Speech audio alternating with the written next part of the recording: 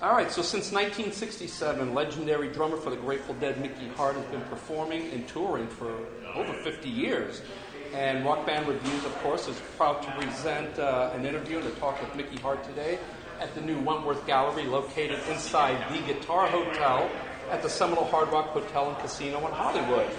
So thank you for having us, Mickey. It's a pleasure to be here and to meet you. Well, thank you. This is such a beautiful gallery. Isn't it beautiful? I like the high walls. It's very white. All your artwork just pops right off the wall. It does. It really does. It looks so beautiful. I very rarely see all my work. This is not all my work, but some of my work together because, there's not enough room. Now, when you look at all of these paintings on the wall, can you look at it and remember exactly when and where you did each one? Exactly. Yeah. I can remember each and every one of them and the process I used and what kind of additives I used to the paint and how I mixed it and how I brought it to life by vibrating it. And that's one of the things that these all have in common. They've all been drummed or vibrated into existence. So that's what I do during the process. Now, we're going to get into the whole vibrations and all that, but, we all know you're a drummer, but I think you got to be impressed by that Guitar Hotel out there. Yes, it is. Is that amazing? It is massive. That is just a crazy thing. They said it couldn't be done, but they did it, man. Oh, they did it. We're actually sitting in the bottom of it right now. Yeah. But somehow it's not going to make me change my instrument. I don't think so. No. No, I'm not swayed by these strings and picking and stuff. I like striking and stuff like that. And you get your frustration out too. Huh? And you get your frustration out too. I imagine. Yeah, well, you're not going to do that on a guitar. When I have frustration, for sure, I'm calm when I leave the stage. Exactly. I'm excited inside, but always calm. Now, this is my first time at a Mickey Hart Art Gallery showing, and I understand that your appearances draw not only art lovers, but a lot of Deadhead fans.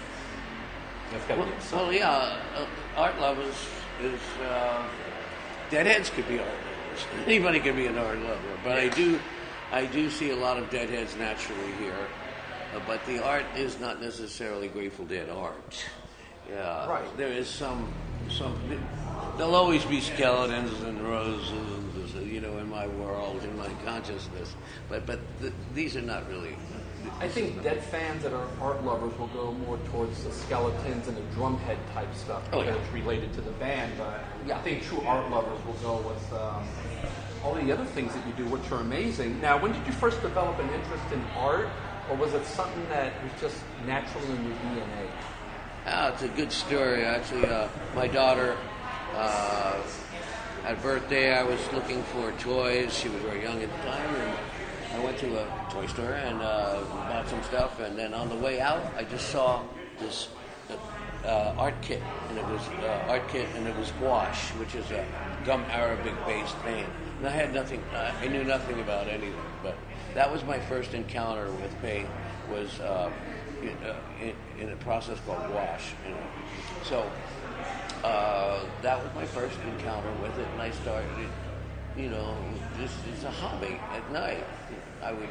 All day I would be listening or playing music, and at night I paint at night.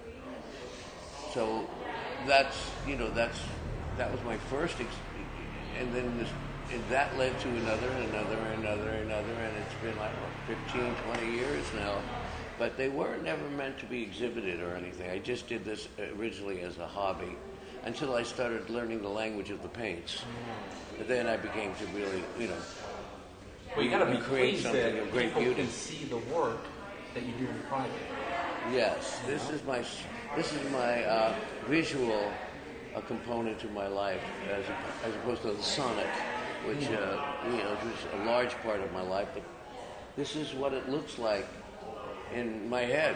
When I play, I see images very much like this, and that's why these are just little bits of my consciousness hanging on the wall. Yeah, one of my questions was that I heard that you visualize colors when you're drumming, and that these visual representations are from your sonic-driven world, and they're snapshots that are into the music that you make. So does that mean that you're mentally painting while you're drumming? And while no, and I'm not painting while I'm drumming. there's a synergy that goes on. Sometimes I can see colors when I paint. I mean, see colors when I play, and vice versa. So, that's one of the things that I have, and it's not uncommon for musicians and artists to be able to see colors. It's very synesthetic, and that's what this thing is all about. Synergy. Yes. More than one senses at play at one time, whether it be hearing, sight, touch, and so forth. This is what these things are. And it's therapeutic as well, I would imagine. Very therapeutic, actually. I mean, this is something that can go from slow to fast. Actually, I mean, sometimes I'll paint slow, sometimes I paint fast, and when I finish it, I feel calm. That's what I feel at the end of it. It's like meditation to me. This is my meditation because as drumming is, so is this. So this raises my consciousness. When I'm done with this, I take a deep breath and I realize that, I've just gone through an incredible experience and I feel terrific. So, it's like yoga. For me, this is what yoga looks like. Now, getting into the music, but how's the Dead and Company tour going? Oh, Dead and Company is on fire. Yeah. We have a real good thing going. Everybody really likes each other. The music is growing, and we're morphing into a very unique band, based on Grateful Dead material.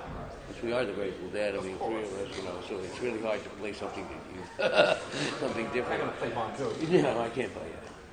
But it's a wonderful experience, and we are ongoing it. We're planning ahead, and there'll be more Dead and Company. John is doing really great on lead guitar, and the band is really cooking. Yeah, my guy Nate here was actually at the show where his appendix burst.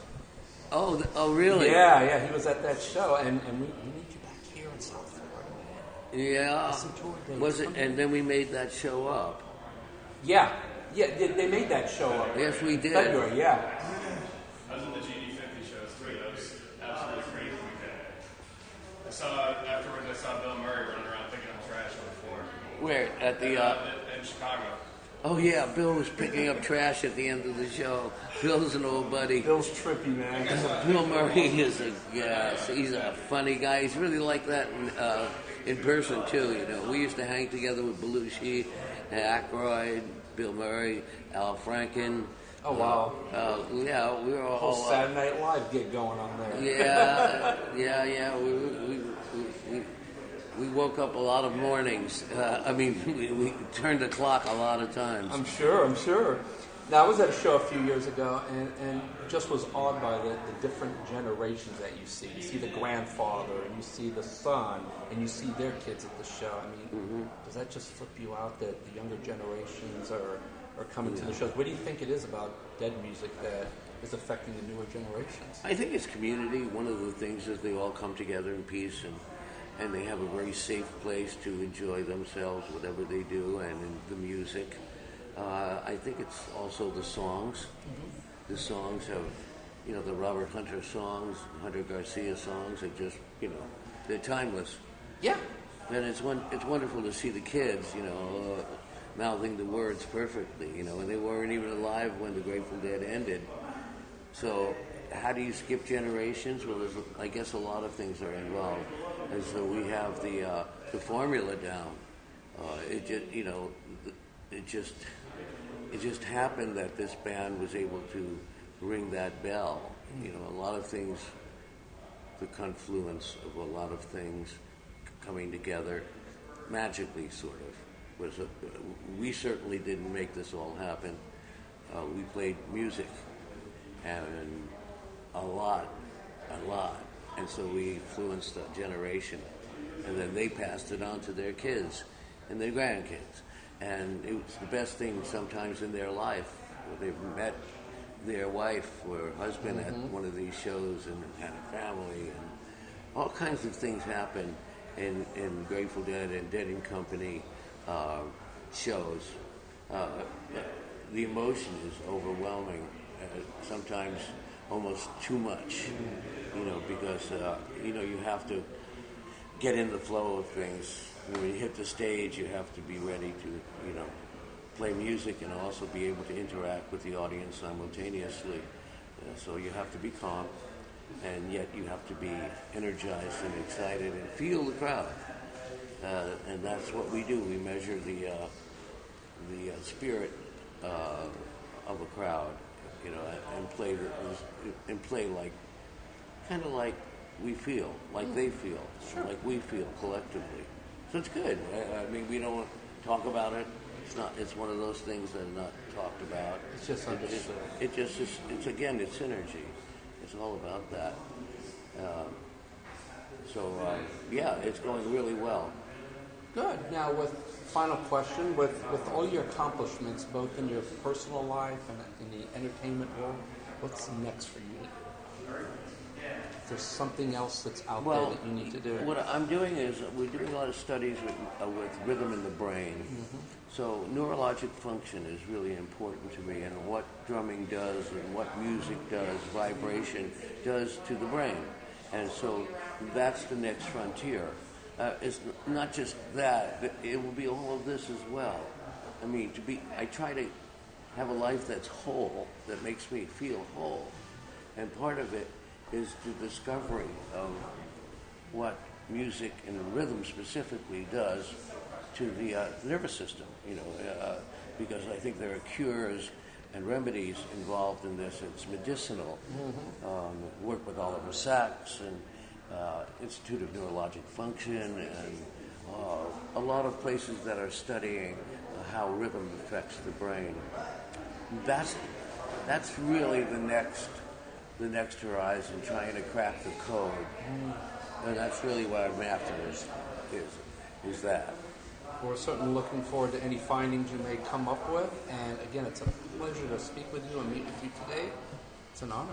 Thank you so much. I really appreciate it.